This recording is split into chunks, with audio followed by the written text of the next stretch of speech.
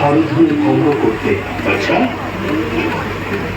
মহাদেব নিজে কেন চাইবেন তার ধনুক ভঙ্গ হোক?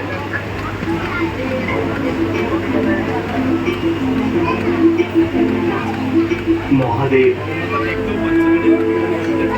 যিনি প্রতি মুহূর্তে কত ব্রহ্মাণ্ড ধ্বংস করে চলেছেন, যার সৃষ্টিকর্তাও উনি।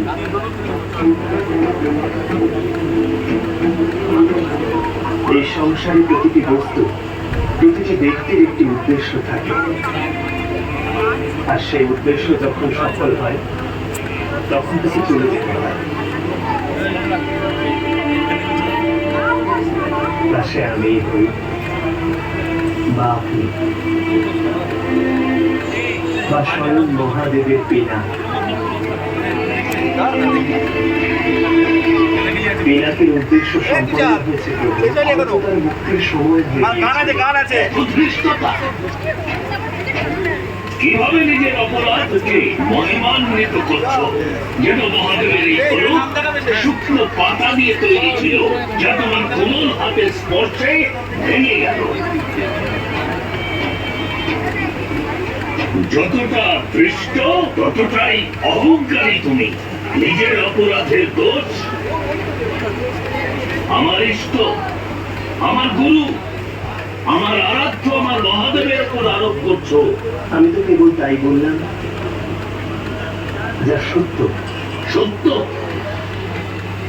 আরেকটা সত্য আমার কাছেও শোনো। আজ তোমার জীবনের উদ্দেশ্য পূর্ণ হয়েছে। আজ তোমার মৃত্যু নিশ্চিত। সাবধান পরশুপতি, জানো না তুমি যে কার সম্মুখে অস্ত্র নিয়ে দাঁড়িয়ে আছো? জানি জানি, খুব ভালো করে জানি। বালক,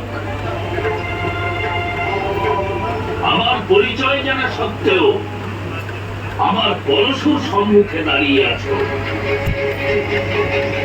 আত্মহত্যার জন্য এত ব্যাকুল হয়েছ কেন মূর্খ? মানলাম যে আমি মূর্খ হতে পারি, কিন্তু আপনি তো পরম জ্ঞানী, তাই না? তাহলে বালকের মতো একটা তিলকে তাল কেন করছেন? পুরনো ধনুক ছিল, ভেঙে গেছে। যখন ভেঙে গেছে কি করা যাবে? মহাদেব এই কথা জানতেন, তাই এখানে এই ধনুক রেখে গিয়েছিলেন।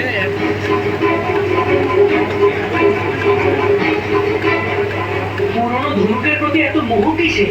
বাল্যকালে না জানি আমরা খেলার ছলে এমন কত ধনুক ভেঙেছি। তখন না কেউ এমন ধনুকের প্রতি মোহ দেখিয়েছে, আর না ক্রোধ। উদ্ধত বালক,